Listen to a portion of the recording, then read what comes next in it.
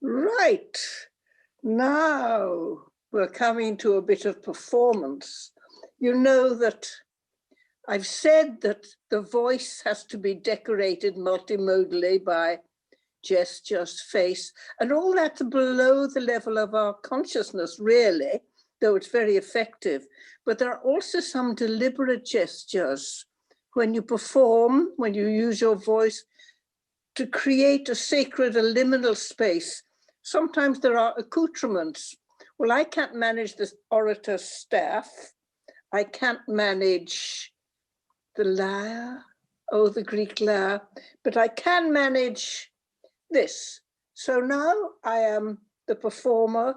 We are all moved into the special space, audience, viewers, listeners, performers, speakers. Let me begin with the first two lines of that wonderful Homer epic, the start of so much, the Iliad. It begins by saying, Goddess, sing, sing, sing of the wrath, the anger of swift-footed Achilles, the son of Peleus, the wrath that was destructive and killed, brought grief to so many of his companions. Listen to the hexameter, the sixth beat. Menina aidetheia, peleio Achilleos, ulomanen, destructive. E muriachaios alge atheke. Do you hear the hexameter line? That again, as one of you said rightly, helped to set the genre. And all those who wrote in Greek and Latin afterwards, they used the hexameter as a signal that this is an epic. They didn't need to say, they didn't even need to say goddess, like the beginning of the Aeneid, arma virumque cano. I sing of arms and the man, and everyone knew it was a hexameter, everyone knew it was an epic. So this is really the beautiful beginning of so much. Well, it was a way back before that, but I think of it as the beginning of so much beautiful literature. Well, so much for that. Let me now move still in my special attire, like actors are, you know. Actors have special costumes. The Greeks had masks, which in a way made the characters universal, moving them again into that special liminal ether space. But let me move on. The voice, it's one language really, the voice at any one time, except any language has so much mixture of other languages from way back, centuries back. Language is so wonderful. It's not everything, but it is so full of complexity and antiquity and meaning. And of course, the voice carries, well, we know it's global and always has been. The voice, it's such a good metaphor, voice of many cultures, brought from not just the past, from right across, from you, all the cultures that you are contributing, dear listeners, dear students. Let me now read, and there'll be a bit to follow as well. And I'm afraid this is going to be in English, not in Greek, because we understand English between us, don't we, communicating. It comes from the first chapter of Mark's Gospel, and it was the first of Christ's miracles, and it talks about how he was recognized. So listen, it goes on from about verse 21. It's quite short. When the Sabbath came, Jesus went into the synagogue and began to teach. The people were amazed at his teaching because he taught them as one who had authority, not as the teachers of the law. Just then a man in their synagogue who was possessed by an evil spirit cried out, "What do you want with us, Jesus of Nazareth? Have you come to destroy us? Oh, I know who you are, the Holy One of God." Be quiet, said Jesus sternly. Come out of him. The evil spirit shook the man violently and came out of him with a shriek. The first miracle, the first preaching. And I always thought it was such a dull reading and just skipped over it, because Mark always is very matter of fact, not the sort of wonderful insight, inspiration of, say, John, or looking to the doctors, the healing of Luke. But when I read it, as I say, it just somehow grew and glowed, and I now love it. And you know what? It turned into a poem.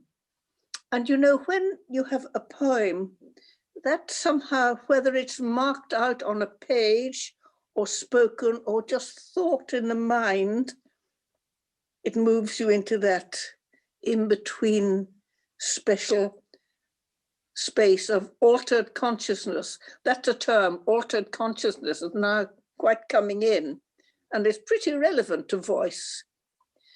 It grew into a poem when I was thinking about it. So will you mind one of my poems? I guess you write poems too, so do send them in. We'll try, maybe Mariana can set up a blog for your poems. Listen, it's the evil spirit speaking, and I picture that evil spirit going around shrieking around the edge of the universe, and yet remembering that one moment when it was in touch with the Son of God, because that evil spirit was the first to recognize Christ. Would you believe it? Gives us hope, gives us all hope, doesn't it? How awful, how terrible we are. So the evil spirit is speaking. I am dust splattered on the road, no love, no worth, alone. But you looked and saw eternity in me and made me precious too. I am the note that grated harsh, the one that no man loved. You heard my voice. You made it sweet and true and lyrical. I am the grit was born of sin and boringdom. You looked and loved my worthlessness and saw the pearl that grew within. I am the flotsam and jetsam scattered on the sea, thrown away. You made of me a miracle. And oh, I am the evil spirit, the one that shrieked and fled. You gave to me to recognize the very first, you, the Son of God. Because it's a poem, I find it very moving. And in a way, a poem speaks of itself through the voice of somehow universalness of eternity that is only in a poem you can get. Now, the third of the performances from wonderful Traherne, Mariana can tell you more about him, 17th century, is that right? Now, it looks like prose, but it brought home to me very much, thinking of oral poetry and following on from that just as there is a continuity and no opposition between oral and written literature, so there is no real opposition between poetry and prose. In fact, it used to be all poetry, and there's a very good book called The Invention of Prose. It really came later, partly with print, where you set out poetry, what's called poetry, separately from prose, you know, jagged right-hand side and so on. But this is from Thomas Traherne's beautiful 3rd century Meditation 3. Let me read it. The corn was orient and immortal wheat, which never should be reaped nor was ever sown. I thought it had stood from everlasting to everlasting. The dust and stones of the street were as precious as gold. The gates were at first the end of the world. Can't you hear the poetic lines? The green trees, when I saw them first through one of the gates, transported and ravished me. Their sweetness and unusual beauty made my heart to leap, and almost mad with ecstasy. They were such strange and wonderful things.